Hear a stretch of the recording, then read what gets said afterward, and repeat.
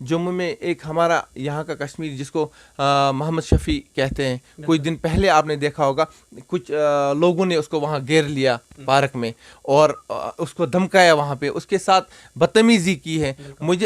ہمارا مطالبہ ہے, جے ڈی یو کا مطالبہ ہے, عاشق صاحب آپ کو یہ کہہ رہا ہے کہ ان کے خلاف ایکشن ہونا چاہیے.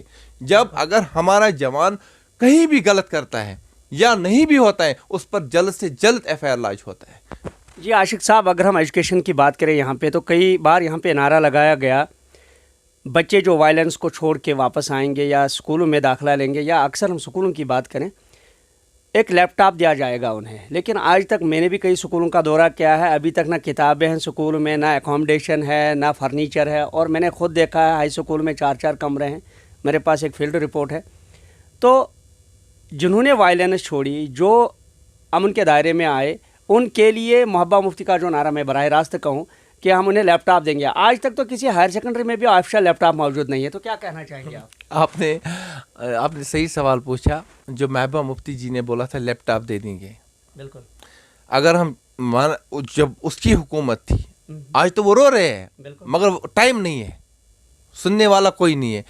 محبوبہ مفتی کے ٹائم پہ ہی زیادہ پی ایس سی لگایا گیا لڑکوں کو, وہ لیپ ٹاپ کے بدلے کٹھوا جیل, کوٹ بلوال جیل ان کے لیے تھا, کیونکہ لیپ ٹاپ ادھر دیا گیا, اسکولوں میں تو آن گراؤنڈ پہ ہے نہیں, ٹھیک ہے نا. اس کے ذمہ دار کون ہے؟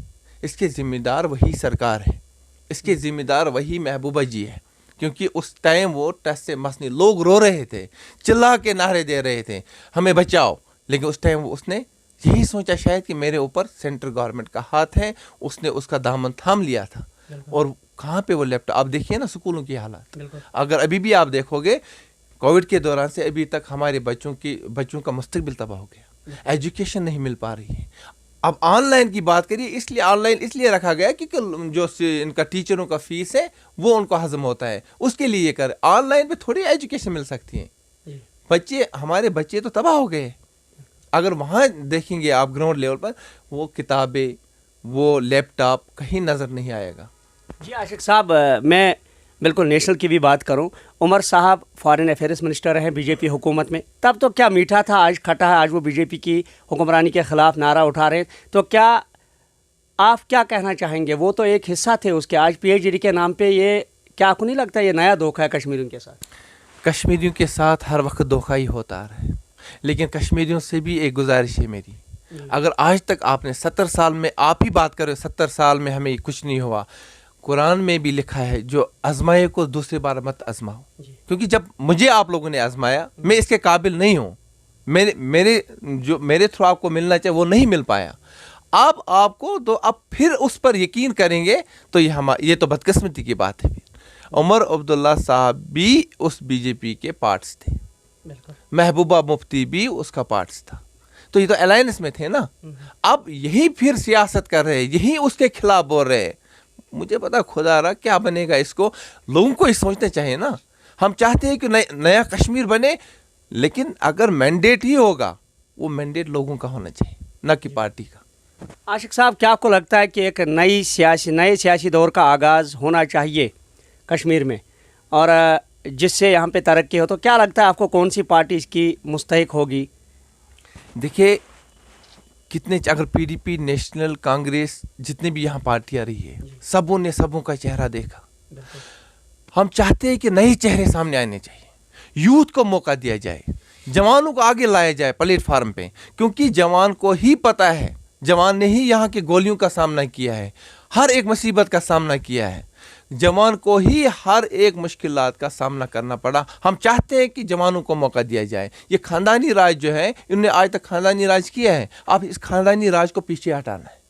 دیکھیے حال ہی میں نے دیکھا, بدقسمتی کی بات ہے, ہمارے یہاں کے اس مودی سرکار کے اپنے state president Bharatiya Janata party کے آئے تھے یہاں پہ رویندر رینا جی, اور سچ مچ وہ ڈھول بجانے کے لیے یہاں پہ آیا, اور مجھے اس ٹائم فیل اتنا ہوا, مجھے رونا بھی آیا, کیونکہ اس کو میں کہنا چاہتا ہوں اسٹیٹ پریزیڈنٹ صاحب کو کہ ہم عزت کرتے, پوسٹ کی عزت کرتے ہیں, کیونکہ جس کو بھی اللہ تعالیٰ نے عزت, وہ اللہ تعالیٰ ہی عزت دینے والا ہے. لیکن آپ کو رویندر رینا جی سوچنا چاہیے, کشمیر میں معصوموں کا خون بہا, اور اگر آج آپ دورے پہ آئے 10 دن پہلے یہاں پہ انوسنٹ کلنگ ہو گئی ہے, کیا ان لاشوں پر آپ نے ڈول بجائے؟ ہر کانسٹیٹنسی میں آپ گئے, آپ نے ڈول والے آگے آگے رکھے, خود پیچھے پیچھے چلا.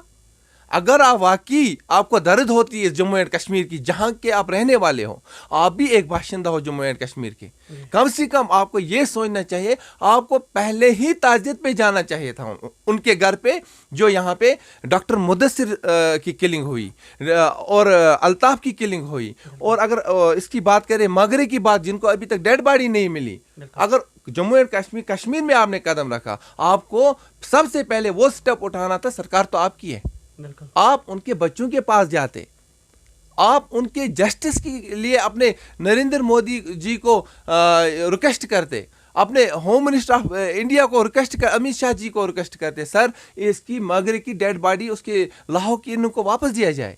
لیکن آپ جب آئے, میں جب ٹی وی دیکھ رہا ہوں, فیس بک دیکھ رہا ہوں, میں نے رویندر رینا جی کو دیکھا شمشیر ہاتھ میں, وہ گھوم رہا ہے, ڈول آگے وہ ناچ رہا ہے.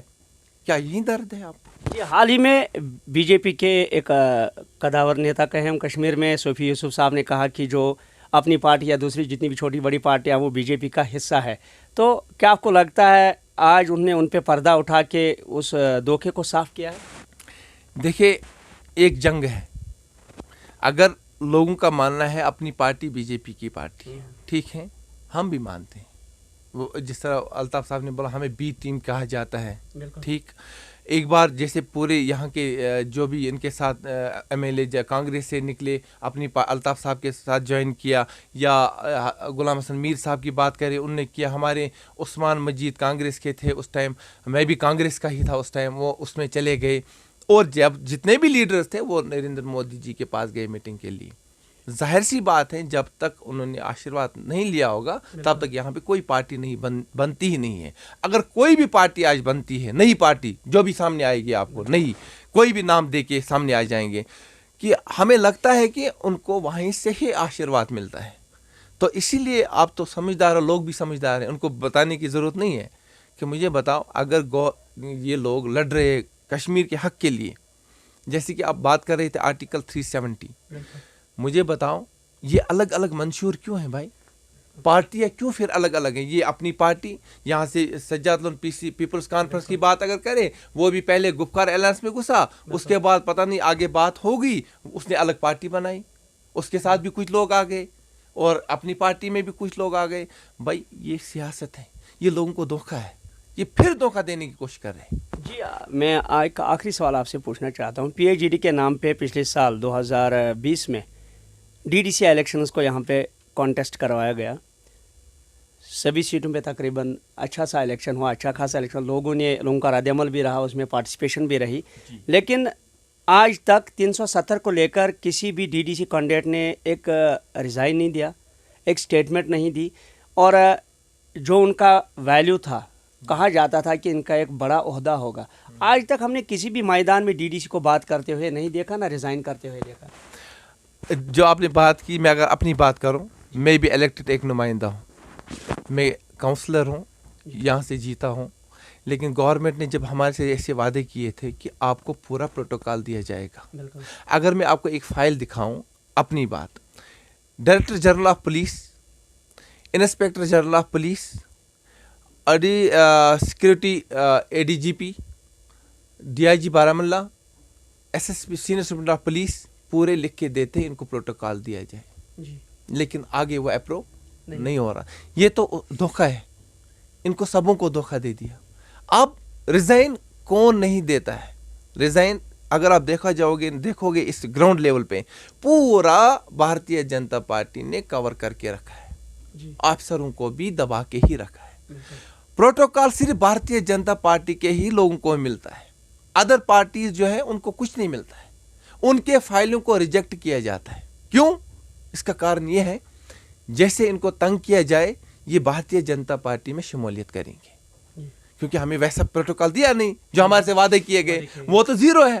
یہ جب اپنے لوگوں کو سیکیور نہیں کر سکتے, جنہوں نے آئندہ ہند تسلیم کیا, تو یہ خاک کریں گے لوگوں کو, عام لوگوں کو کیا کریں گے؟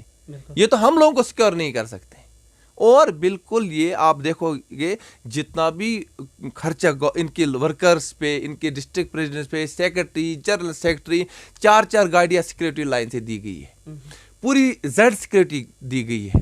آج ان کے بندوں کو کوئی ویریفیکیشن نہیں ہوتی ہے, صرف ایک ڈیو لیٹر دیا جاتا ہے اے ڈی جی سیکورٹی کو کہ ان کو سیکورٹی پرووائڈ کیا جائے, اکاموڈیشن پلس ان کے وہیکلس, اور 24 گھنٹے میں ان کو ملتی ہے. یہ حال ہی میں یہاں پہ اشوک کول صاحب کا بھی جو بیان سامنے آیا کہ اسٹیٹ ہوڈ تب تک نہیں دیا جائے گا جب تک ایک عام آدمی, کامن مین کشمیر کا آرام سے گھومے پھرے نہ. تو کیا آپ کو لگتا ہے وہ آرام کب ہمیں ملے, وہ سکون اور امن کب ملے اور کہاں سے ملے؟ اشوک کول جی کو یہ پتہ ہونا چاہیے, وہ جموں کا یہیں کا رہنے والا ہے, جموں اینڈ کشمیر کا ہی. یہاں پہ کبھی حالات ٹھیک رہی نہیں. اگر حالات ٹھیک رہتی بھی, بالکل, اگر کوئی بھی مارا جاتا ہے, اگر انوسنٹ کلنگ ہو جاتی یا کسی کو شام کو مارا جاتا ہے, کسی بھی لیڈر کو یا پنچ کو یا سرپنچ کو یا کاؤنسلرز کو, یہ تو کہتے ہیں یہ ان نون گن مین ہے. بالکل. اگر جو پہلے کلنگ ہوگی, اگر آئی جی صاحب نے بھی دعویٰ کیا, ان کو ہم نے گرفتار کیا, تو بھائی اوپن لانا لوگوں میں, ہمیں بھی شانتی ملی. اگر یہ کون سا آتنکوادی ہے جن نے اس کو مارا, ہم بھی آواز اٹھائیں گے نا. ہم تو شاباشی دیتے ہیں اپنے انسپیکٹر جنرل آف پولیس کو, کیونکہ اس نے گرفتار کیا ان کو. لیکن ہے کہاں پہ؟ ہر روز یہ کہا جاتا ہے ان نون. یہ ان نون کون ہے ابھی تک ان کو پتہ نہیں ہے ان نون کون ہے. کیا آپ کو لگتا ہے کہ یہاں پہ جو امن کو خطرہ لاحق ہے وہ شاید سدھر نہیں سکتا ہے؟ نہیں سدھر سکتا ہے. حالات کیوں نہیں سدھر سکتے ہیں؟ کیونکہ یہاں پہ پریکٹیکلی گراؤنڈ لیول پر صحیح کام نہیں ہو رہا ہے. جب تک یہاں پہ سنجیدگی سے کام نہیں ہوگا اور صاف ستھری, چاہے سیاست ہو چاہے افسروں کی بات کرے, جب تک یہ صاف ستھری مطلب اپنا عام رول نہیں نبھائیں گے گراؤنڈ لیول پہ, تب تک کیسے حالات ٹھیک ہو جائے. اب اشوک کول بول رہے ہیں کہ جب امن ہوگا تب ہم اسٹیٹ ہوڈ واپس دیں گے. کیا اس کو پتہ نہیں ہے؟ کیا آپ کو نہیں لگتا ہے کانسٹیٹیوشنل ڈسٹرکٹ ہے کشمیر کے لیے, جموں کشمیر کے لیے, کہ لداخ کو الگ کیا گیا, اب جموں اور کشمیر کو بھی آپس میں ریجنل گراؤنڈز پہ ڈیوائڈ کرنے کی کوششیں کی جا رہی ہے سیاسی نظریے کو لے کر؟ بالکل ڈیوائڈ کرنے کی کوشش ہے. یہ تو اوپر سے ہی پالیسی ہے کہ ان کو ڈیوائڈ کریں گے کہ ہماری جیت ہو جائے گی. لیکن یہ تو یہاں کے لوگوں کو, چاہے لداخ ہو, چاہے جموں کے لوگ ہیں, چاہے کشمیر کے لوگ, یہ آلموسٹ ان کو ہی سوچنا پڑے گا. جب تک ہم اپنے حق کے لیے نہیں روڈوں پہ آ جائیں گے تب تک حق نہیں مل سکتا. آپ کو حال ہی میں یہ پتہ ہونا چاہیے کہ, اور جموں اینڈ کشمیر کے لوگوں کو پتہ ہونا چاہیے, جب کسان آندولن ہوا تو کسان آندولن 1 سال وہ روڈوں پہ رہے, بھوک ہڑتال پہ رہے, اپنے حق کے لیے جد و جہد کیا, پارلیمنٹ تک گئے, دہلی جنتر منتر, انڈیا گیٹ پہ دھرنا دیا, پارلیمنٹ کے باہر دھرنا دیا, اور مجبور ہو گیا ان نے سینٹرل گورنمنٹ کو جھکا لیا. انہوں نے نریندر مودی کو اس سسٹم تک لایا, ان کو اپنا یہ جو حق تھا, جو 3 قانون تھے وہ واپس دیے گئے, کیونکہ ان کو اکتا تھی. یہاں پہ اکتا ہی نہیں ہے. یہاں تو صرف لڑتے ہیں ہم سیاسی پارٹیوں کے لیے, آج یہ پارٹی, کل یہ پارٹی, پرسوں یہ پارٹی, پرسوں یہ پارٹی. اور ہم پارٹیوں کے لیے لڑ رہے ہیں نا, اپنے وطن کے لیے, اپنے دیش کے لیے, اپنے جس دھرتی پہ ہم رہ رہے اس کے لیے نہیں لڑ رہے ہم, کیونکہ ہمیں حق کہاں سے ملے گا. ایک ہو جاؤ نا, آرٹیکل 370 کی بات کر رہے ہو, سب کچھ واپس آ جائے گا. جس طرح آپ پارٹیوں کے پیچھے دوڑتے ہو نا, آپ کسان آندولن میں کوئی پارٹی نہیں تھی, کوئی لیڈر نہیں تھا, عام لوگ نکلے, لیڈر بنے, خود ہی لیڈر بنا دیا, اور انہوں نے لڑا, ان کو اپنا حق ملا. اور اسی طرح جموں اینڈ کشمیر میں وداؤٹ پارٹی, جب ہم بھی ویسا کریں گے, امید ہے سیاست کے بنا اگر ہم لڑیں گے, اور انشاءاللہ الرحمن ہمارا اسٹیٹ ہوڈ جو ہم سے پہچان چھینی گئی ہماری, اور وہ واپس آ جائے گا انشاءاللہ. عاشق صاحب, ایک آخری سوال میں آپ سے پوچھنا چاہوں گا, اور نوجوانوں کے حوالے سے پوچھنا چاہوں گا میں, جو یہاں پہ آج کل جو تعلیم یافتہ بے روزگاروں کا جو ڈاٹا بڑھ رہا ہے, جو ان کی پرسنٹیج بڑھ رہی ہے 21 سے 22 سے تو 23 ہونے والی ہے, تو کیا یہی نیا کشمیر کا خواب ہے؟ دیکھیے, نیا کشمیر کا خواب جو دکھایا ہے وہ ہمیں سینٹرل گورنمنٹ مودی سرکار نے دکھائی. وہ نیا کشمیر ابھی تک مل نہیں پایا. ٹھیک ہے, ہمیں یہاں پہ اگر ہمیں پتہ ہے جاب نہیں اتنے دے سکتے ہو, نہیں کر سکتے ہو. جے ڈی یو نے کچھ دن میں ہمارے اسٹیٹ پریزیڈنٹ جی ایم شاہین صاحب نے ان کو بتایا کہ پولیس میں بھرتی کیا جائے, CRPF میں اتنی ویکنسیز ہیں, ان کو بھرتی کیا جائے. ٹھیک ہے, تاکہ یہاں کے لوگ یہاں ڈیوٹی دے سکے, ایڈجسٹمنٹ بھی ہو سکتے جموں اینڈ کشمیر کے.